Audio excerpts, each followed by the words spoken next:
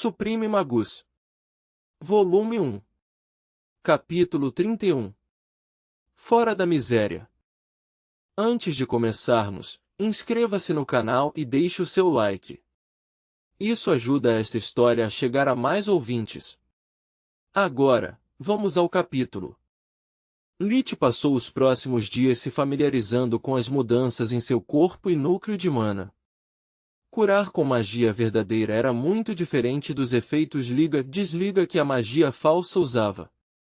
Sem mencionar que o procedimento para Tista exigia precisão cirúrgica. Então, ele usou seu novo emprego como assistente de Nana para dominar novamente seu fluxo de mana. Lich também relatou pessoalmente a morte da besta mágica ao Conde Lark por meio do amuleto de comunicação de Nana. Ele deu ao Conde a chance de comprar a pele perfeitamente preservada, mas para isso ele precisava entrar em contato com Célia. Lich não tinha ideia de como curtir e preservar uma pele tão magnífica, e nem sabia quanto ela valia. Então, ele foi forçado a recorrer à caçadora para obter ajuda. Célia aceitou em troca de 25% do preço final. O mesmo destino aconteceu com a carcaça do veado. O objetivo de Lich era melhorar seu relacionamento com o Conde Lark, ganhando méritos para ambos. Por meio do acordo confidencial, Lich alcançaria méritos porque havia eliminado uma ameaça ao condado, enquanto o Conde levaria o crédito pela morte. Lark diria que foi ele quem descobriu o talento de Lich e alegaria ter confiado a ele a tarefa.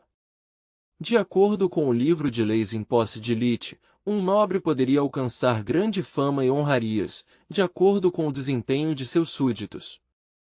Ao mesmo tempo em que obtinha méritos, o nobre melhorava seu status social e importância na corte do rei, aumentando suas chances de conquistar mais um título com todas as terras a ele vinculadas.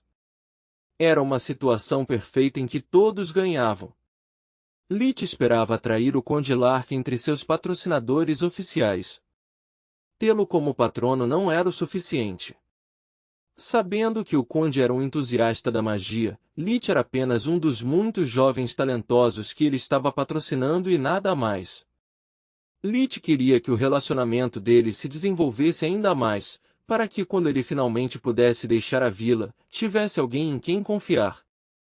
Se havia uma coisa que ele aprendeu com a história de Nana, era que um caipira como ele precisava desesperadamente de alguém confiável em uma posição influente. O Conde Lark estava obviamente emocionado com a ideia de que um de seus protegidos havia alcançado tal resultado. Suas esperanças de que Lich fosse aceito na Academia Grifo Relâmpago dispararam. Depois de tantos fracassos, outro sucesso estava em sua mira. E isso elevaria ainda mais o status do Conde aos olhos da corte. Matar uma besta mágica era bom, mas encontrar e desenvolver o talento de um mago poderoso era muito melhor. Junto com os militares, os magos eram a espinha dorsal do reino. Depois de resolver seus negócios com o Conde Lark, Lich pediu a Só Luz que o ajudasse a repensar completamente seu conceito de magia. Até agora eu usei magia como um porrete, para bater e matar. Mas Gerd e Irtu me mostraram que a magia, neste mundo, não é fixa como em dungeons e lotes. Eu tenho sido muito tacanho. Não é apenas a magia de luz que pode agir em um nível celular. Todos os tipos de magia podem interagir com a matéria, mudando suas propriedades. Se Irtu pôde tornar o solo elástico, então eu deveria ser capaz de andar sobre a água sem congelá-la primeiro, alterando sua densidade. Preciso de livros de magia mais avançados para entender os limites da magia. Não é de se admirar que o talento de um mago aumente exponencialmente depois de descobrir a verdadeira magia. Eles não apenas começam com um núcleo melhor que o meu, para que possam refiná-lo a níveis mais altos, mas também se tornam capazes de replicar cada magia que viram até aquele ponto. Enquanto inventar um novo feitiço leva muito tempo para um falso mago, encontrando o equilíbrio certo entre sinais de mão e palavras mágicas para obter o efeito desejado, um verdadeiro mago só precisa entender os princípios subjacentes por trás de um feitiço para executá-lo. Graças à sua batalha com as feras mágicas, Lich foi capaz de desenvolver rapidamente novos feitiços, imitando suas táticas ou experimentando por conta própria. Após cerca de 2 semanas, seu corpo, mente e núcleo de mana estavam perfeitamente em sintonia. Lich pediu a Elisa para ir à vila com Trion, dando a ele a oportunidade de conversar livremente com seus pais e Tista. Trion e Lich agora estavam em um relacionamento mais neutro, não havia mais ressentimentos, mas também não havia confiança. Lich teve que simplificar muitos conceitos para fazer seus pais entenderem os riscos do procedimento. Ele não era médico, mas eles eram seus pais, assim como Tista era sua amada filha e amada irmã de Lich. Lich não prosseguiria menos que recebesse o consentimento informado deles, ou pelo menos algo próximo disso, já que eles entendiam muito pouco de magia e nada de anatomia. "Quão certo você está sobre isso?", perguntou Rhaas, segurando Tista o mais forte que podia, como se Lich fosse levá-lo embora. "Eu adoraria te dizer que tudo ficará bem, mas não posso. Nunca tentei algo tão grande e complexo.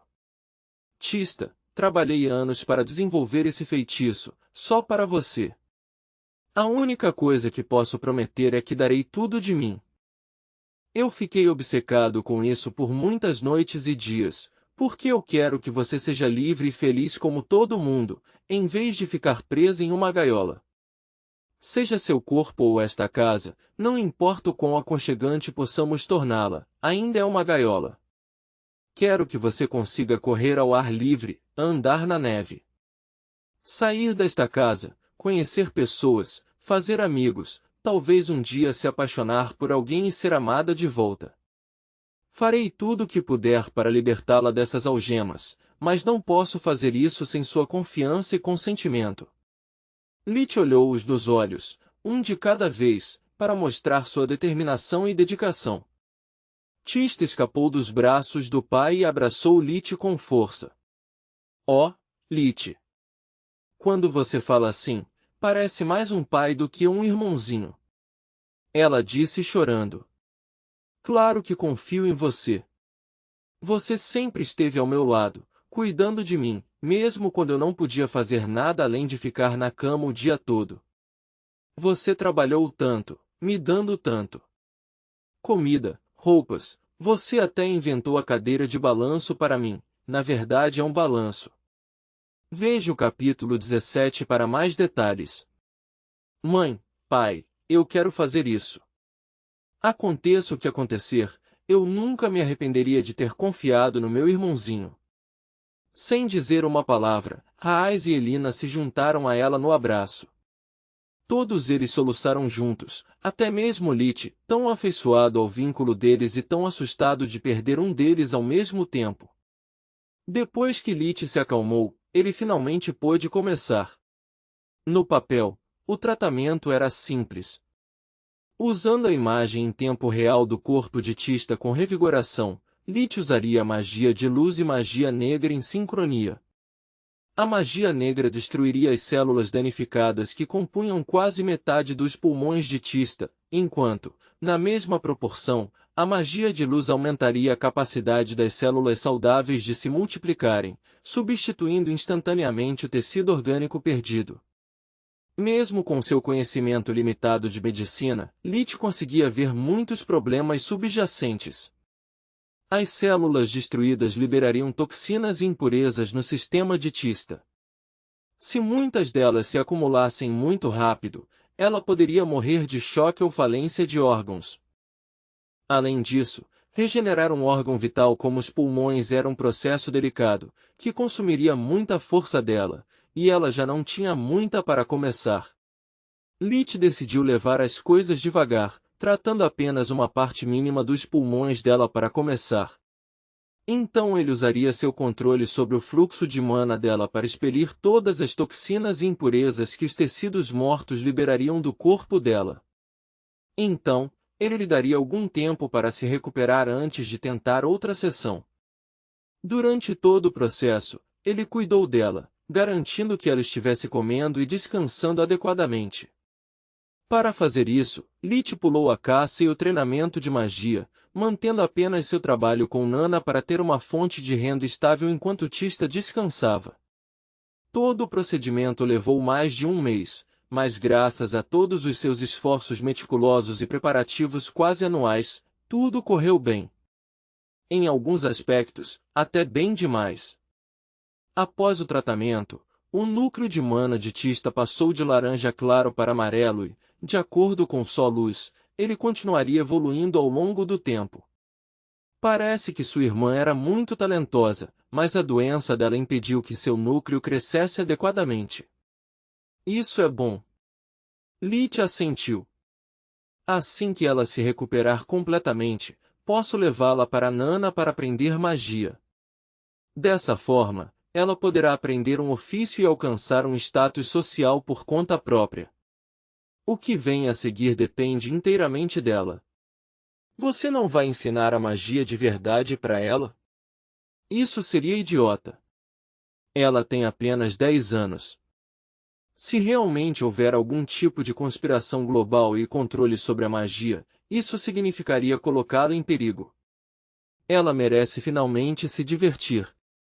Viver em vez de apenas sobreviver. Não vou arrastá-la para uma situação perigosa, a menos que seja isso que ela queira.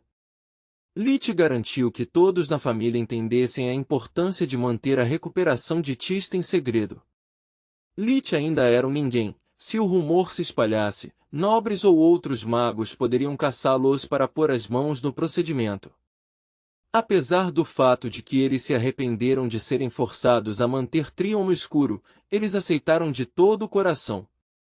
Nenhum deles era estúpido o suficiente para colocar em risco uma felicidade tão recém-conquistada só por um pouco de ostentação. Como, segundo Nana, havia uma chance de Tista se curar sozinha quando seu surto de crescimento acontecesse, eles decidiram continuar com essa história e alegar que foi um milagre da natureza.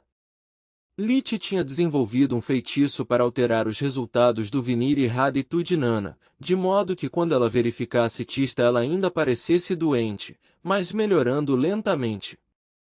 Desta vez ele não escorregaria nos detalhes.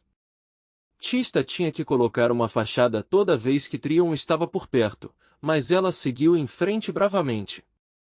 Ficar doente era uma segunda natureza para ela, às vezes ela até enganava Lich e seus pais com sua atuação. Mas sempre que podia, caminhava com Lich pela floresta de Traum, indo juntos até sua clareira secreta, onde ela finalmente poderia ficar livre para correr, nadar no rio, cantar e dançar à vontade.